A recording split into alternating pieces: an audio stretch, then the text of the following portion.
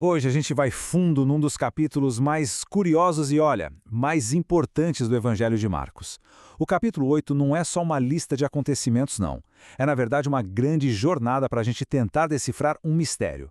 Como é que alguém pode ter olhos e, mesmo assim, não enxergar de verdade? Vamos tentar desvendar isso juntos? E o mistério todo começa aqui, com esse aviso bem esquisito de Jesus. Fermento? O que os fariseus e o rei Herodes têm a ver com isso? Essa frase, pode acreditar, é a chave de tudo. É o enigma que a gente vai tentar resolver agora. Para a gente entender esse enigma, o contexto é tudo. Tenta imaginar a cena. Jesus e os discípulos estão ali, num barco. Eles tinham acabado de ver milagres numa escala, assim, inacreditável. A cabeça deles devia estar a mil com tudo que eles viram. E é bem aí, no meio dessa atmosfera, que essa conversa toda estranha começa. Olha só, um pouco antes disso, Jesus tinha alimentado uma multidão de 4.000 pessoas. 4.000! Vamos parar e pensar na dimensão disso. Foi um milagre gigantesco, impossível de negar, que os discípulos mais próximos viram acontecer bem na frente deles. E sabe com o que esse banquete todo começou? Com apenas 7 pães. 7. Uma quantidade que é, assim, ridícula para tanta gente. Qualquer lógica humana para por aqui. Era óbvio que algo divino estava acontecendo. E o resultado? Não só todo mundo comeu e ficou satisfeito, como ainda sobraram 7 cestos cheios. 7, o mesmo número dos pães que eles tinham no início. Isso aqui não é só sobre matar a fome, é sobre uma abundância que não faz sentido.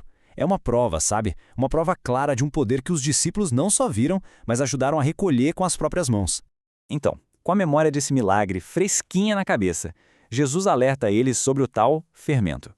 E qual é a primeira reação deles ali no barco? Deve ser porque a gente não trouxe pão. É sério. Depois de verem 7 pães, alimentarem 4.000 pessoas, a preocupação deles era o lanche. A distância entre o que eles viram e o que eles pensaram é chocante.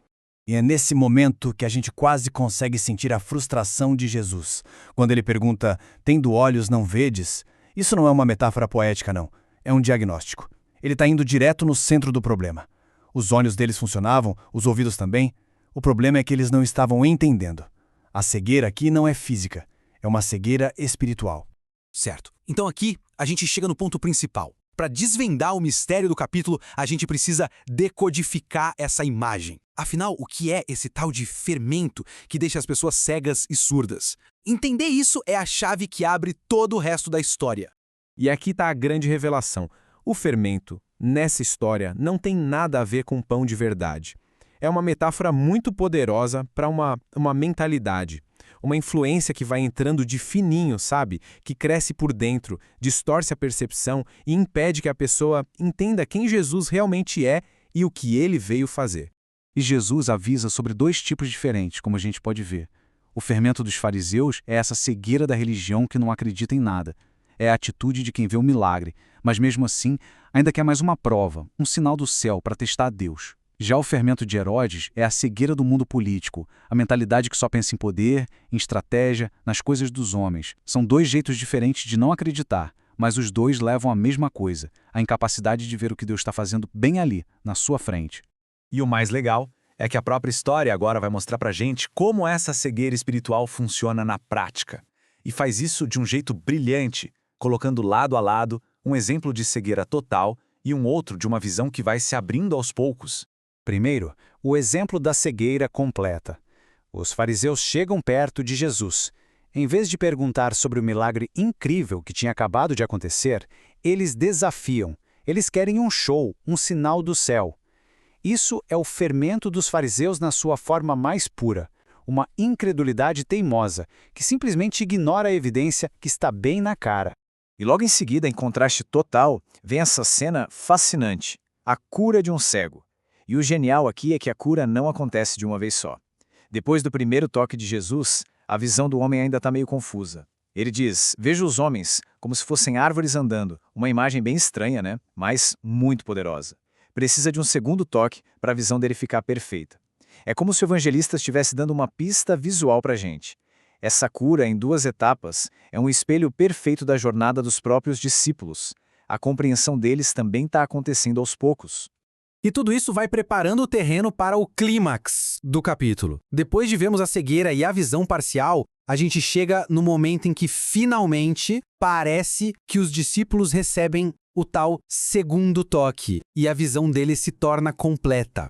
Jesus começa com uma pergunta mais geral, quase uma pesquisa de opinião pública. O que o povo anda dizendo por aí? Quem eles acham que eu sou? Ele está basicamente medindo qual é a percepção geral das coisas. E as respostas são bem interessantes.